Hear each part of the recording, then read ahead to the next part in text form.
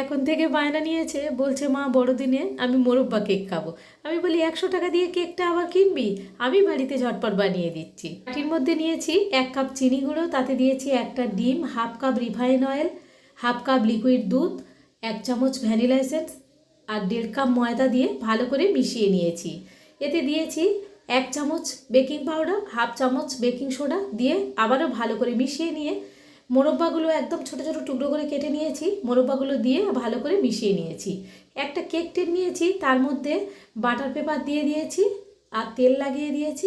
এবারে ব্যাটারটা আমি এতে ঢেলে দিয়েছি। গ্যাসে একটা কড়া বসিয়ে একটা স্ট্যান্ডটা গরম করে নিয়েছি। কড়ার মধ্যে বাটিটা দিয়ে ঢাকা দিয়ে 45 মিনিট আমি বেক করে নিয়েছি। দেখুন কত সুন্দর হয়েছে। এবারে ঠান্ডা হলে কেকটাকে আমি ডিমোল্ড করে নিয়েছি। কেকটাকে ছুরি দিয়ে কেটে নিয়েছি।